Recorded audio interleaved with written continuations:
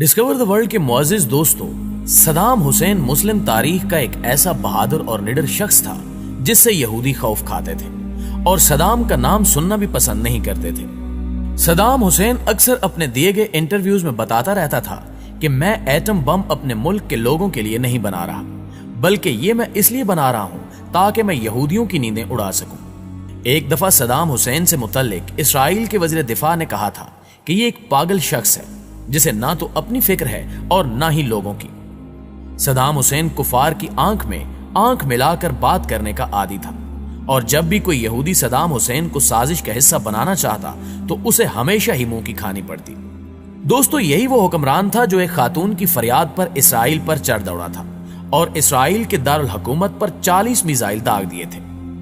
हुआ कुछ यूं था कि एक दफा सदाम हुसैन की लाइव कॉन्फ्रेंस चल रही थी कि अचानक एक चीखती चिल्लाती हुई औरत इसके सामने आकर खड़ी हुई और सदाम हुसैन को सख्त अल्फाज में मुखातिब करते हुए कहा कि इसराइली फौजियों ने मेरी बेटी को रेप का निशाना बनाकर कत्ल कर दिया है और तुम्हें यहां कोई फिक्र नहीं है। तुम ऐशो आराम की जिंदगी बसर कर रहे हो और उधर हम पर मजालिम के पहाड़ तोड़े जा रहे हैं। उस औरत ने मजीद कहा कि रोजाना हमारे घरों से इसराइली फौजी हम सब की आंखों के सामने हमारी बहनों और बेटियों को अगवा करके ले जाते हैं, जिनको बाद में कत्ल करके फेंक दिया जाता है और हमारे छोटे छोटे बच्चों को सड़कों पर घसीट घसीट कर मार दिया जाता है। क्या तुम्हें इन औरतों, बूढ़ों और बच्चों की चीखें सुनाई नहीं देती जो रोजाना इसराइली फौजियों की गोलियों का निशाना बनते हैं? क्या तुमसे उन औरतों, बच्चों और बूढ़ों की चीखों का हिसाब नहीं लिया जाएगा?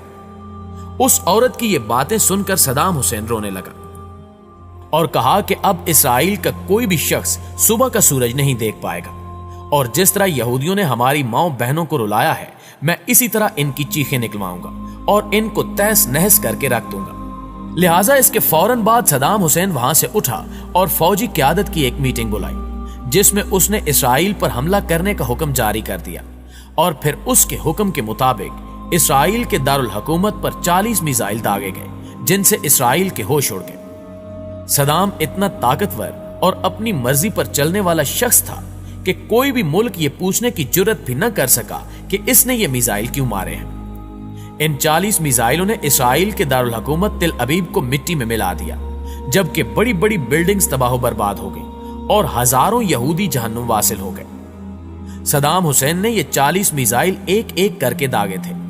मतलब जब यहूदी इमदादी टीमें अपने मरने वाले यहूदियों को उठा रही होती थी तो ऊपर से एक और मिसाइल गिर पड़ता था जो उनको भी मौत के मुंह में भेज देता था। इसी तरह यह दिन यहूदियों की जिंदगी का आखिरी दिन लग रहा था।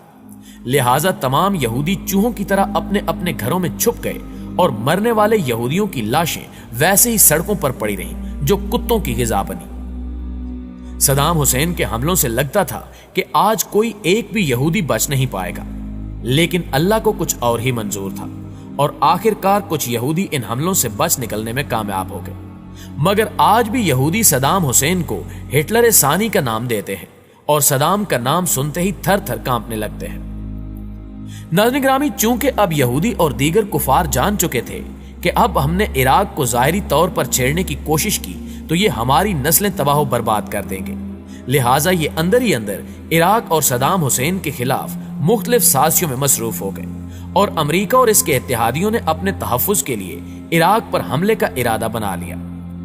इस मंसूबे को बैनुल अक़वामी सतह पर दुरुस्त साबित करने के लिए एक बड़ा खेल खेला गया और अमरीका, बरतानिया और इनके इत्तेहादियों ने सदर सदाम हुसैन और इराकी हुकूमतों पर बच्चों के अस्पताल पर हमला करने का इल्जाम आयद कर दिया, जिसको साबित करने के लिए आलमी मीडिया के बड़े बड़े इदारों को अरबों डॉलर्स खिलाए गए और दिन रात प्रोपेगेंडे की वीडियोस चलवाई गईं। और फिर जब बैनुल अक़वामी सतह पर अमरीका ये बयानियां फैलाने में कामयाब हो गया कि इराकी हुकूमत जंगी जराइम में मुलव्विस है, तो इस बात को और बच्चों के अस्पताल पर हमले के जवाज बनाकर उसने ऑपरेशन डेजर्ट स्टॉर्म के नाम से इराक पर जंग मुसल्लत कर दी और हमला करने के बाद अपने इस इकदाम को दुरुस्त साबित करने के लिए अमरीका और इसके इत्तेहादी मुसलसल ये बात दोहराते रहे कि इराक के पास वसी पैमाने पर तबाही फैलाने वाले हथियार हैं और ये दुनिया की सालमियत के लिए बहुत बड़ा खतरा है।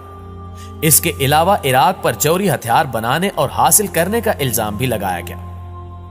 फरवरी 2003 में अमेरिका और इसके इत्तेहादियों ने इराक पर दूसरा हमला किया और इराक पर कब्जा कर लिया। लेकिन अपने किसी भी इल्जाम को साबित करने में नाकाम रहे।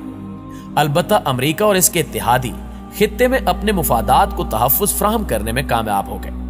उस कब्जे के बाद 14 दिसंबर 2003 में सदाम हुसैन गिरफ्तार हुआ, जिसके बाद उस पर 148 अफराद के कत्ल का इल्जाम लगाकर मुकदमा बनाया गया और इराक में अमेरिका के जेर असर अदालत में सदाम हुसैन के मुकदमे की समाअत का आगाज हुआ, जहां सदाम हुसैन ने उस अदालत को एक अमेरिकी कब्जे का हथियार करार दिया। उस मुकदमे के जज ने जब अमेरिकी सरकार की मर्जी का फैसला देने से इनकार किया तो उस जज को मुल्जिम से हमदर्दी रखने के इल्जाम में बरतरफ कर दिया गया और एक नया जज आ गया, जिसने मुकदमे के आखिरी मराहिल की समाअत की। जबकि इस तमाम तर अदालती कार्रवाई के दौरान सदाम हुसैन अमेरिकी तहवील में रहा और मुकदमे की समाअत के दौरान सदाम हुसैन के 3 वकीलों को भी कत्ल किया गया, जिस पर सदाम हुसैन ने भूख हड़ताल की। लेकिन इसके बावजूद सदाम हुसैन को आजाद ट्रायल का हक नहीं दिया गया और अदालत ने अमेरिका की ईमा पर सदाम हुसैन को फांसी की सजा सुना दी। सदाम हुसैन को सुनाई जाने वाली फांसी की यह सजा बैनुल अक़वामी सतह पर तनकीद का निशाना बनी, लेकिन अमेरिका बहादुर के सामने किसकी चलती है, क्योंकि जिसकी लाठी उसकी भैंस।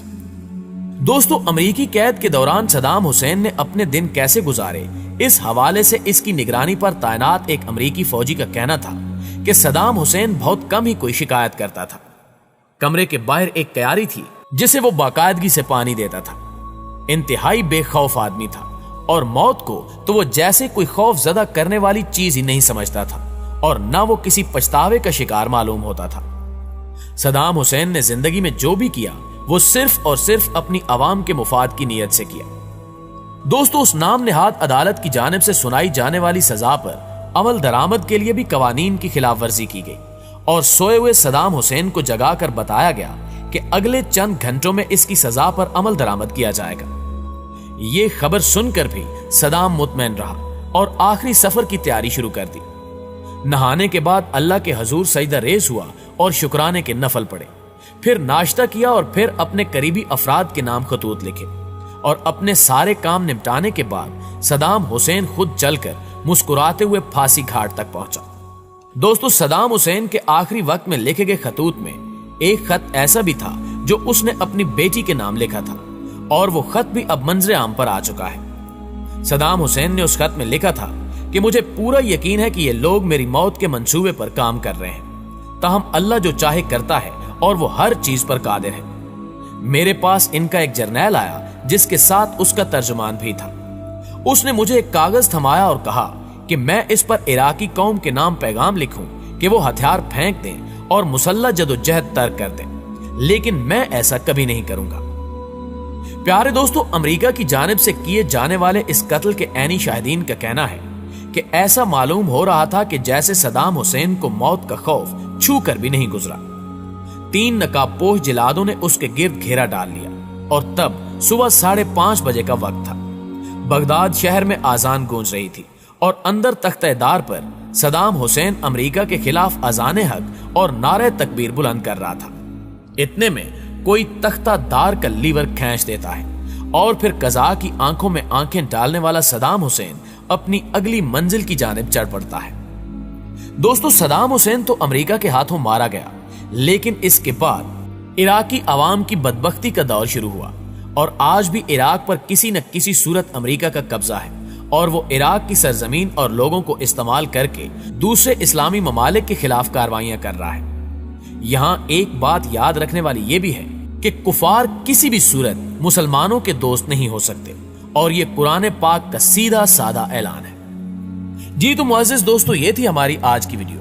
हमें हमेशा की तरह आज भी उम्मीद है कि आज की वीडियो आपको बेहद पसंद आई होगी। इंशाल्लाह आपसे मुलाकात होती है अगली वीडियो में। तब तक अपना और अपने प्यारों का ढेर सारा ख्याल रखिए।